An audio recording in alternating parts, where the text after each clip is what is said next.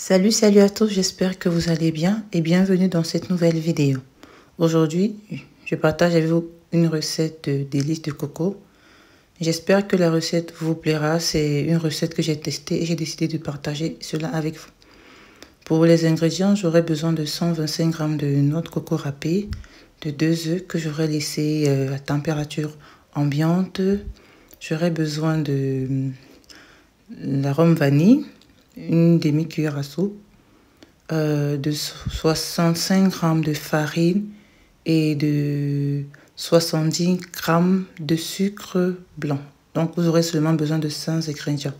Commencez dans ma saladière, je vais mettre mes 2 œufs et je vais mettre mon sucre et mon essence de vanille. Si vous avez le sucre vanillé, vous pouvez mettre. Si vous n'avez pas d'arôme vanille, autant pour moi. On va battre température maximale pendant 3 minutes. Votre mélange doit être bien homogène et ça doit faire comme une sorte de mousse au-dessus. Vous voyez. Pendant 3 minutes, vitesse maximale.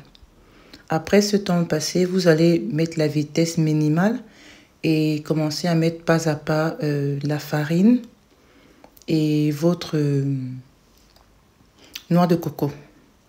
Quand vous allez mettre doucement, de cette façon, ça évite aussi que ça aille dans tous les sens. Vous mettez de cette façon, doucement, doucement, la farine, ensuite la noix de coco. Cette recette, je l'ai testée plusieurs fois pour voir au niveau de la texture et du feu. Donc, si vous voulez préchauffer votre four, il faudrait que vous soyez à côté. Voilà, avec 2 cuillères, je vais essayer de faire des ronds parce que j'ai essayé de faire avec les doigts. Mais c'est compliqué de faire avec les doigts. La texture ne te permet pas, c'est trop compliqué. Donc, avec 2 cuillères, je vais essayer de faire des boules comme ça.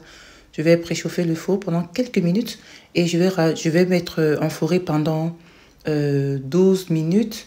Chaleur tournante à 120 degrés. Ensuite, si vous voulez aussi, vous pouvez mettre le feu d'en bas et mettre 10 minutes à 160 degrés. Moi, j'ai préféré faire chaleur tournante et je vérifiais. Voilà ce que ça sort comme résultat.